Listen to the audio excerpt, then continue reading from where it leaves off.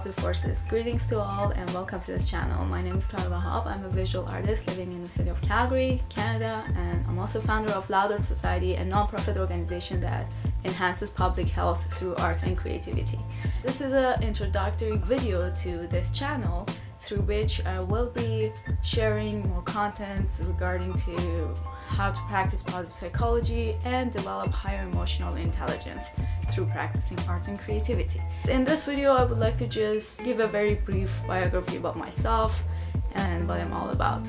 I was born in Iran, Tehran, and along family when I was 12 years old, we moved to a country they called Tajikistan. It used to be part of USSR countries. And we lived there for about 5 years with relatively challenging life conditions where the entire country was suffering. Me, my 2 older siblings, and my mother moved to Canada, and my father was finally able to join back to our family after 8.5 years. And now it's been about 10 years that I've been living in Canada. Now, I'm not a psychologist nor a counselor, but if a psychologist or a counselor would hear my story, he or she would know right away that what kind of mental challenges and difficulties and emotional challenges I had to go through every time that we had to move to a different country. It's difficult because you have to get adjusted to the new place, and so many immigrants never actually get through that. They never are able to just fit in with the new culture and just get used to the new homeland. And that's not easy. And well, they get into a trap of depression. And I was kind of depressed most of my life, pretty much. And I was literally that child from the Disney's Inside Out, except a little bit more dramatic because it was a whole different language, a whole different culture that I had to kind of get used to it. But aside from that, depression is not really just specific to immigrants. And today, about 300 million people globally are affected from depression or some sort of mental disease or disorder. And that's probably just a number that has been reported because most people who are affected don't even know about it. That's right, like I didn't know. I thought that's just how I am. I'm just quiet and I'm just sad. In most cases, people don't realize, they don't know that life is actually much more beautiful, much more nicer than how you are feeling at the moment. So there are those difficulties that we do face in our lives. But I think I was able to somehow overcome every time that I was depressed and be able to actually make this video today because of 2 main factors. One, I was surrounded by a very good and kind family, and 2, I was always creating something in all areas of creativity. As a child, I was always singing and dancing, back home with cousins, aunts and uncles.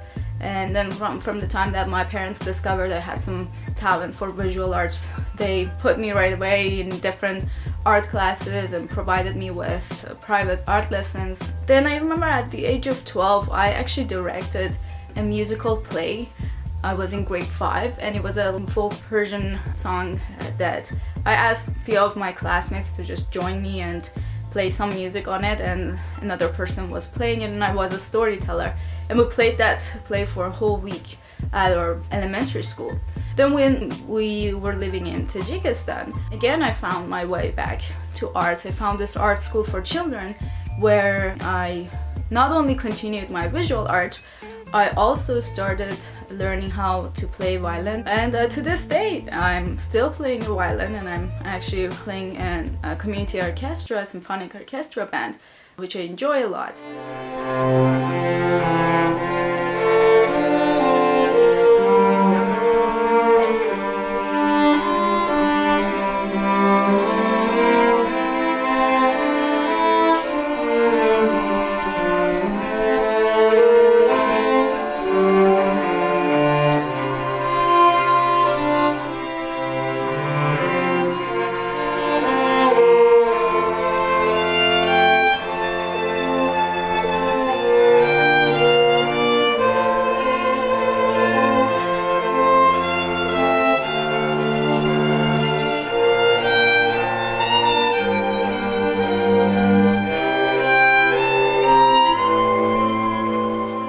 again, I played in another play as well when I was in Tajikistan. I was quite popular for the rest of the time after that play at that middle school that I was. Although I already knew what health benefits there are into practicing art, any form of art, not just like visual arts, music, dance, drama, literature, even culinary, cooking, anything that puts me into a different mode, that I have to put my focus into doing something that is putting me at ease and is pleasant.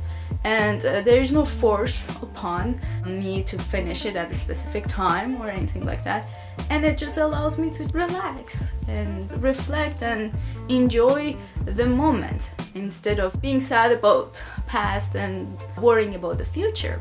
Although I knew all of this, I never thought I wanted to actually continue my either education or career in the arts, because I mean, it seems like the chances of winning in a lottery is much higher than becoming a successful artist. At least that's how it feels in today's world. Or actually, in fact, it's been like this forever. I mean, look at the lives of classics, you know, all the authors, all the poets, that they have gone through so much challenges, and I mean, nobody knew about them at the time, perhaps when after their death. You know, I mean, everybody knows this about art. Well, and apparently it kind of requires a very specific character for becoming an artist, a successful artist, or at least making a living as an artist. But I kind of just decided to be an optimist, because I thought, well, the only question I would always ask myself, that what would I want to do if I have traveled around the world, I've seen everything I wanted to see, and I'm living the life that I'm wishing or desiring and my best dreams, what am I gonna do then? What would make me satisfied at that time? Every time my answer to myself was, I want to make more art. I want to try more new things with this skills and talents that, you know, I have developed throughout the years. And so I found that, okay, then I'm on the right path. I'm doing exactly what I'm supposed to be doing.